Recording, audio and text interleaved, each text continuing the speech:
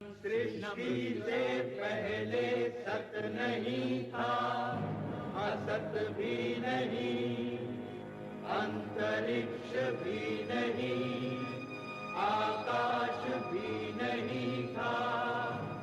छिपा था क्या, कहाँ, किसने ढका था? उस पल तो अगम अतल जल भी कहाँ था।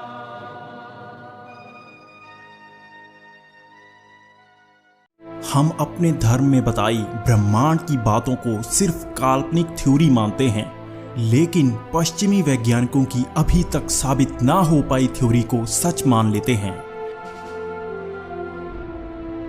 तो आज हम आपको बताएंगे कि वैदिक रश्मि थ्योरी क्या है और इसके अनुसार यूनिवर्स कैसे बना।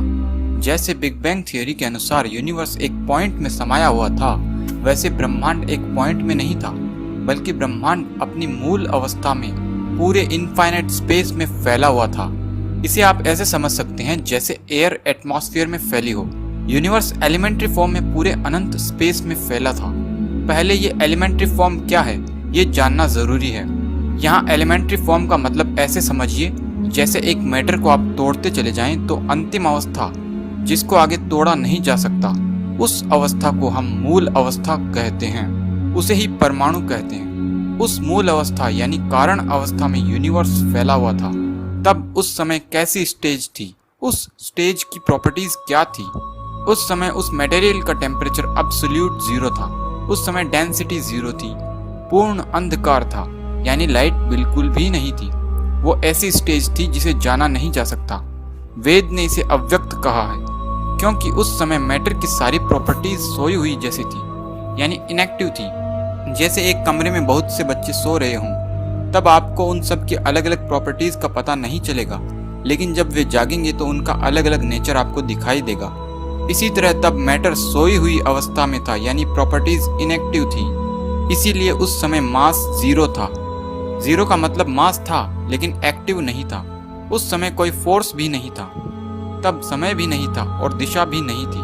वो ऐसी स्टेज थी जिसे किसी भी प्रकार की टेक्नोलॉजी से, तर्क से जाना नहीं जा सकता। इसीलिए उसे अव्यक्त कहा है। वैदिक थ्योरी में ईश्वर, जीव और प्रकृति यानी कि material cause of the universe, इन तीनों को अनादि यानी बिगिनिंग लेस माना है। इनका कोई कॉज नहीं है। These are causeless entities. फिर ये यूनिवर्स कैसे बना? तब यूनिवर्स को ईश्वर ने जीवों के लिए बनाया, लेकिन कैसे? वैदिक थ्योरी ये नहीं कहती कि ईश्वर ने चुटकी बजाई और यूनिवर्स बन गया, बल्कि इसकी एक साइंटिफिक प्रोसेस है। उसे साइंटिफिकली बनाने में लाखों करोड़ों सालों का समय लगा। तब उस अव्यक्त स्टेज वाले मटेरियल की प्रॉपर्टीज को ईश्वर ओम रश्मि के द्वारा एक्टिव कर देता है।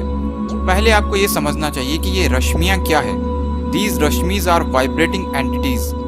रश्मियां ऐसी सत्ता है जो वाइब्रेट करती रहती है।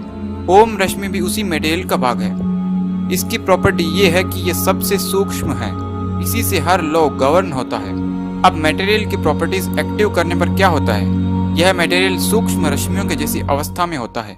ओम रश्मि द्वारा मटेरियल की प्रॉपर्टीज एक्टिव हो जाती हैं और प्रकृति में विकृति से सबसे पहला तत्व बनता है। उसे महत तत्व कहते हैं। इस तरह महत तत्व से मनस तत्व, मनस तत्व से सूक्ष्म प्राण और मरुत रश्मियां बनती है और इनसे छंद रश्मियां बनती है और इसके बाद क्वार्क, प्रोटॉन, न्यूक्लियस, एटम और मॉलिक्यूल्स बनते जाते हैं।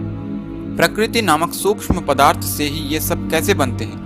इसे कुछ इस तरह समझें जैसे एक शांत समुद्र में हलचल से नई नई लहरें बनती है।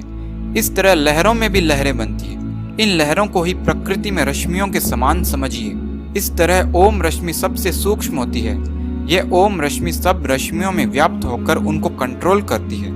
इस ओम रश्मि के कंट्रोल से बड़े बड़े प्लैनेट्स, गैलेक्सीज बनते हैं और चलते हैं। यह ओम रश्मि पूरे यूनिवर्स को कैसे कंट्रोल करती है, इसे इस वीडियो में देखकर समझें। वीडियो में एक व्यक्ति एक छोटे से ब्लॉक को छोटे से फोर्स से गिराता है, जिससे बड़े बड़े ब्लॉक्स गिर जाते हैं। जैसे एक सूक्ष्म फोर्स रूपी प्रेरणा से एक बड़ा ब्लॉक गिर जाता है, ऐसे ही ईश्वर जो सर्वव्यापक है, वह सूक्ष्म प्रेरणा से ओम रश्मि को प्रेरित करता है। ओम रश्मि बाकी रश्मियों को प्रेरित करती है।